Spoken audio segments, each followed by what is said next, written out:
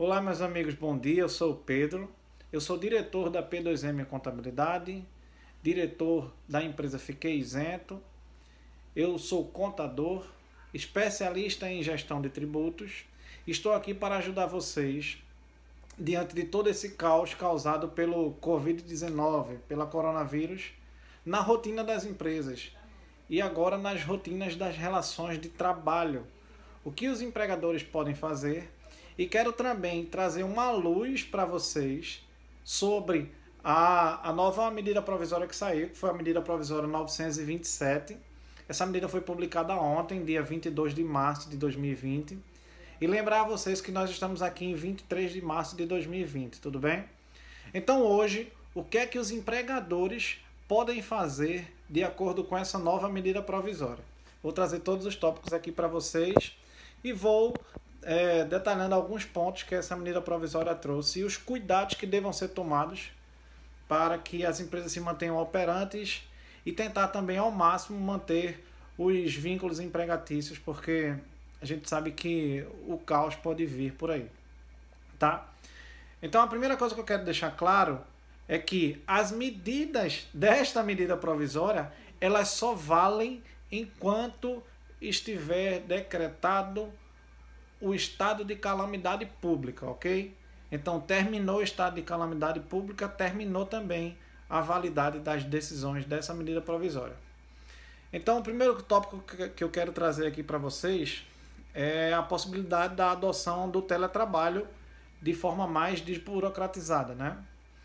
A adoção do home office ou de trabalhos em casa agora ela pode ser feita a critério do empregador, ou seja, quem toma essa decisão é o empregador, e essa medida provisória ela pede que o empregador avise com antecedência de 48 horas sobre a mudança dessa adoção de trabalho, dessa forma de se trabalhar. O que é que eu quero dizer com isso? Empregado que trabalhava fisicamente no escritório ou que adotava alguma atividade nas dependências do empregador, da empresa, hoje a empresa poderá comunicar a ele com 48 horas de antecedência que agora ele vai adotar esse trabalho em casa, por home office, por teletrabalho, mas eles preconizam que isso tem que ser avisado com 48 horas de antecedência e que isso seja escrito, que isso seja avisado por meio escrito ou por meio eletrônico, ou seja, você tem que dar um jeito de comunicar isso para o teu empregado. Quando ele fala por meio eletrônico, ele deixa o leque bem abrangente. Hoje nós temos WhatsApp, nós temos e-mail, nós temos SMS, uma série de formas que nós podemos entrar em contato com o empregado. Eu sugiro que você cobre que o empregado dê o ok, tá? Porque ele está dizendo que está ciente da situação.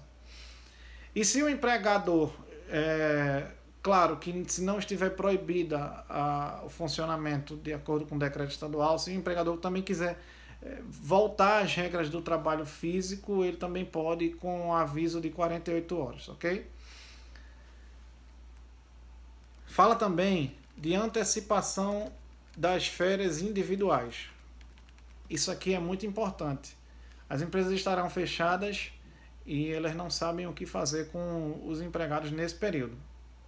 E eu trouxe aqui um resumo para vocês que diz o seguinte: durante o estado de calamidade pública, o empregador, no caso a empresa, vai informar o empregado sobre a sua antecipação de férias com antecedência mínima de 48 horas, ou seja, vai dar férias hoje, deveria ter avisado 2 dias antes, por escrito ou por meio eletrônico, o período do gozo dessas férias, tá?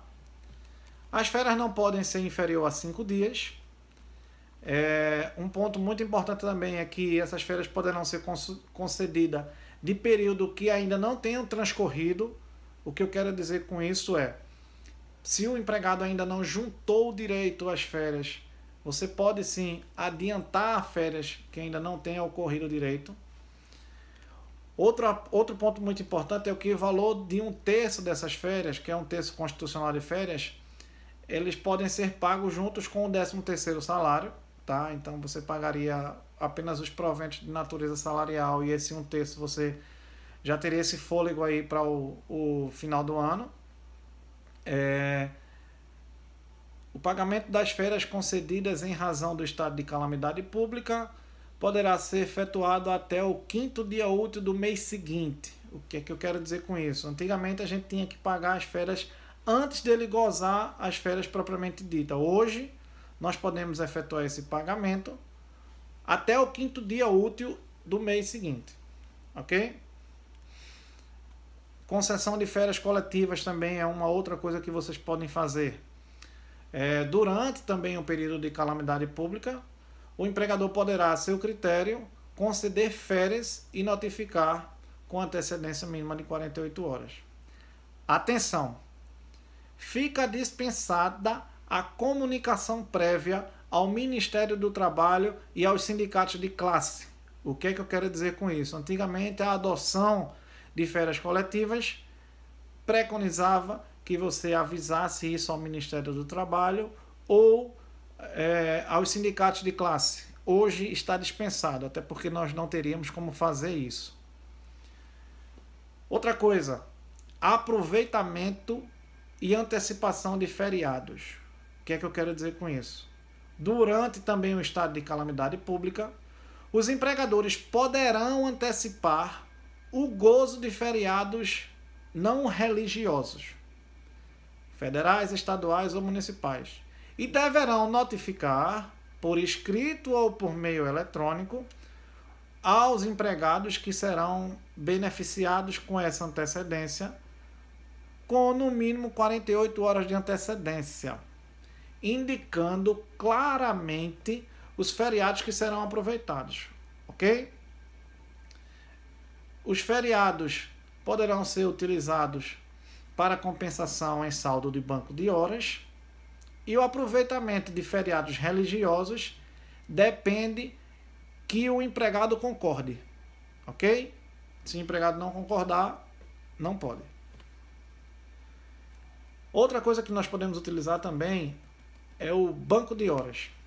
Durante o período de calamidade pública, as empresas poderão aderir regime especial de compensação de jornada por banco de horas, em favor do empregador ou em favor do empregado, feito por acordo coletivo ou acordo individual formal. Ele exige uma formalidade maior, para a compensação em até 18 meses, contados a partir da data do encerramento de calamidade pública. O que eu quero dizer com isso? O banco de horas pode ser compensado em até 18 meses. Quando que vai contar essa compensação de horas? Quando encerrar o estado de calamidade, ok? Atenção, alguns tópicos bem importantes que eu quero evidenciar para vocês. A compensação de tempo para a recuperação do período que ficou interrompido poderá ser feito por jornada excedente de até 2 horas, ou seja, horas extras de até 2 horas. Porém, a jornada diária de trabalho não pode passar de 10 horas.